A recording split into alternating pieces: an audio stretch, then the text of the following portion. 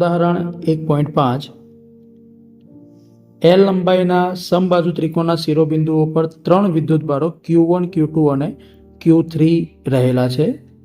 આ દરેકનો વિદ્યુતભાર Q જેટલો સમાન આપેલો છે. હવે આકૃતિમાં દર્શાવ્યા મુજબ ત્રિકોણના મધ્ય કેન્દ્ર પર એક કેપિટલ Q વિદ્યુતભાર મૂકેલો છે, તો એના ઉપર લાગતું પરિણામી બળ કેટલું હશે એ શોધવાનું છે. મિત્રો, આકૃતિને ધ્યાનથી જોઈ લો. આની અંદર તમને ત્રિકોણના ત્રણેય ખૂણાઓ પર Q જેટલો સમાન વિદ્યુતભાર આપેલો છે અને એના કેન્દ્ર ઉપર એક કેપિટલ Q વિદ્યુતભાર અહીં મૂકી અને એવું પૂછેલું છે કે આ ત્રણના કારણે કેન્દ્ર પર રહેલા કેપિટલ Q વિદ્યુતભાર પર કેટલું બળ લાગશે. બરાબર. હવે આપણે આ દરેક જે ખૂણા આપેલા છે ત્રણ બાજુ ABC, એનાથી કેન્દ્ર સુધીનું અંતર ધારી લઈએ, સ્મોલ r જેટલું છે. બરાબર. તમને બાજુની લંબાઈ L જેટલી સમાન આપેલી છે. હવે જુઓ, અહીં ત્રણેય ખૂણા પર રહેલા વિદ્યુતભારો સમાન છે અને કેન્દ્ર ઉપરના કેપિટલ Q વિદ્યુતભાર પર આ ત્રણેયના કારણે લાગતું બળનું મૂલ્ય પણ સમાન હશે. એટલે આપણે લખી દઈએ કે આકૃતિમાં બતાવ્યા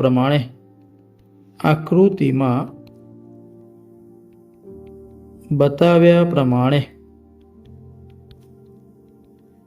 કેન્દ્ર પર રહેલા કેપિટલ Q વિદ્યુતભાર પર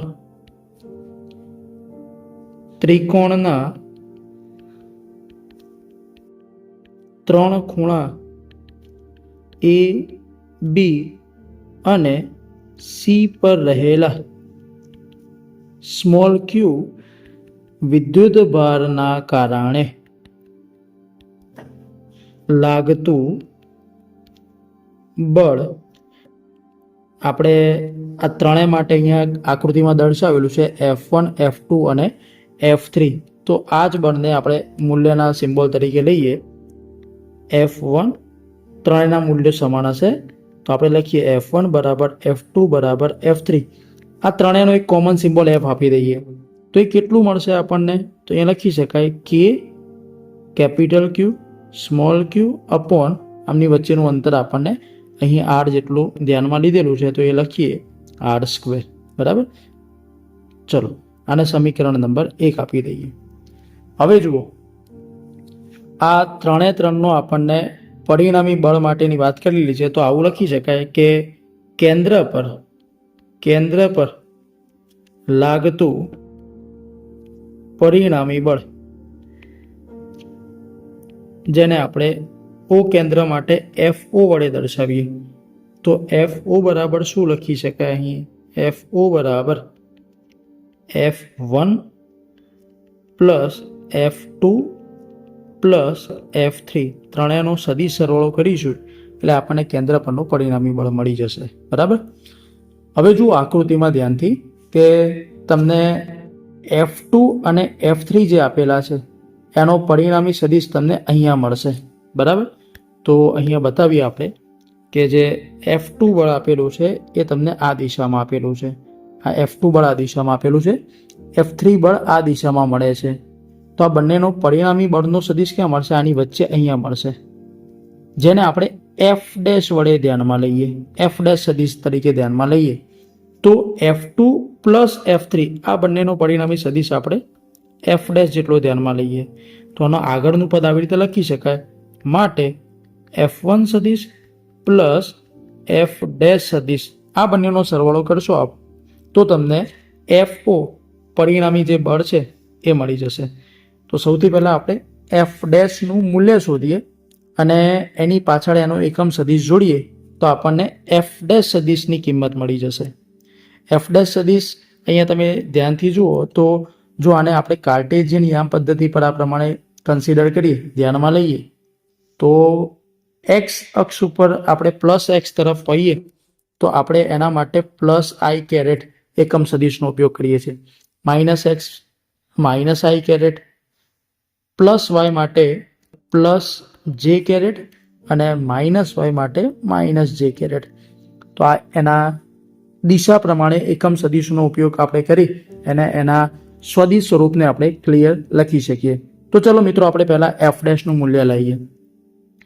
હવે મિત્રો તમે જાણો છો કે બે સદીશો દાખલા તરીકે આપણને આપેલા છે, અહીંયા F1 અને અહીંયા F2.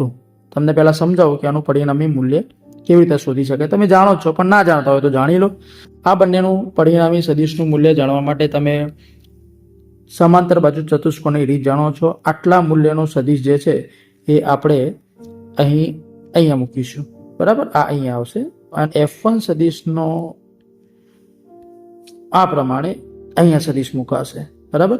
અને બંનેનો પરિણામી સદીશ જે આપણને મળશે એ એવું કહી શકાય, F1 અને F2 સદીશો જે આપેલા છે, અહીંયા બંને સદીશો આપેલા છે, તો એમનો પરિણામી સદીશ આપણને F અહીં મળશે. તો આ Fનું મૂલ્ય શોધવું હોય તો એના માટેનું સૂત્ર યાદ રાખીશું. જો આ બંને વચ્ચેનો એંગલ થીટા હોય તો આપણે સૂત્ર લખી શકીએ Fના મૂલ્ય માટે વર્ગમૂળમાં જે બે સદીશો આપેલા હોય એમના મૂલ્યનો વર્ગ કરવાના, એટલે F1 square plus F2 square plus 2F1 F2 અને બંને વચ્ચેના કોણ માટે cos થીટા મૂકીશું. આ પ્રમાણે એનું સૂત્ર લખી શકાય. આ થીટા કયો છે? તો આ બંને વચ્ચે જે એંગલ અહીંયા લખેલો છે એ કોણ અહીંયા લખીશું આપણે, બરાબર. તો આ પ્રમાણે સૂત્રનો ઉપયોગ કરીએ આપણે અને આ F2 અને F3 નો પરિણામી સદીશ જે અહીંયા દર્શાવેલો છે F' એ શોધવાનો પ્રયત્ન કરીએ, બરાબર. ચલો આ સૂત્ર યાદ રાખજો. આ સૂત્રનો તમે મિત્રો આગળ જતા બહોળા પ્રમાણમાં ઉપયોગ કરવાના છો. આ સૂત્ર તમારા માટે ખૂબ ઇમ્પોર્ટન્ટ છે. ચલો હવે F' નું મૂલ્ય શોધવા માટે અહીંયા સૂત્ર લખીએ.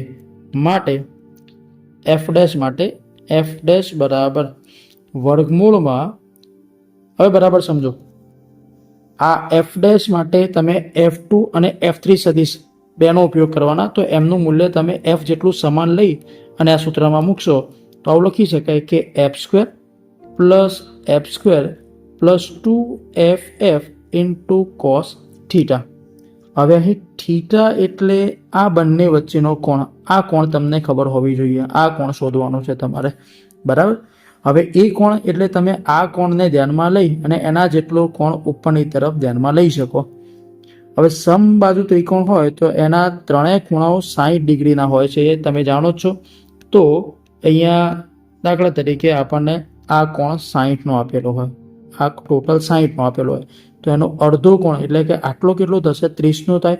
આ 30 હોય, આ પણ 30 હોય અને ત્રિકોણના ત્રણ ખૂણાનો સરવાળો 180 થતો હોય તો 30 વત્તા 30 60, 180 માંથી 60 બાદ કરો એટલે આ જે કોણ મળશે તમને મિત્રો 120 ડિગ્રીનો કોણ મળે. અને આ 120 હોય તો આ ઉપરનો જે કોણ મળશે એ પણ આપણને 120 ડિગ્રીનો મળશે. તો માટે અહીંયા થીટાની જે કિંમત મૂકીશું આપણે એ 120 ડિગ્રી મૂકવાના. તો હવે આનું સાદુરૂપ આપીએ મિત્રો. તો માટે F' બરાબર વર્ગમૂળમાં સાદુરૂપ આપવાનું તો F² પ્લસ F² 2F² થશે. લખીએ આપણે 2F² plus 2F into F, ફરી વાર F² લખાશે અને અહીંયા મુકાશે cos 120. હવે યાદ રાખો કે cos 120ની કિંમત લખાય છે -1/2. આ કિંમત યાદ રાખશો, -1/2. માટે F' બરાબર વર્ગમૂળમાં કિંમત મૂકો તો 2F² પ્લસ 2F² અને અહીંયા -1/2 કેન્સલ કરો, 2 કેન્સલ થાય, માઇનસ આગળ ગુણાશે. માટે કિંમત લખાશે વર્ગમૂળમાં, અહીંયા 2F² આપેલું છે એમાંથી તમારા F² ની કિંમત માઇનસ થશે, બરાબર. તો કેટલું બાકી રહ્યું પદ? ફક્ત F² બાકી રહ્યું. અને F² માં વર્ગ અને વર્ગમૂળ દૂર થવાથી આપણને કિંમત મળશે એ F જેટલી મળશે. એનો મતલબ કે F' નું મૂલ્ય એ આપણને F જેટલું મળવાનું અહીંયા, બરાબર. હવે જો F' ને સદીશ સ્વરૂપે લખીએ તો F' સદીશ બરાબર એનું મૂલ્ય અને પાછળ એનો એકમ સદીશ લખવો પડશે. તો F' ની દિશા કઈ બાજુ છે? પ્લસ y તરફ છે. તો પ્લસ y માટે આપણે કયા એકમ સદીશનો ઉપયોગ કરવાના? j કેરેટનો. તો અહીંયા લખીશું આપણે પ્લસ j કેરેટ, બરાબર.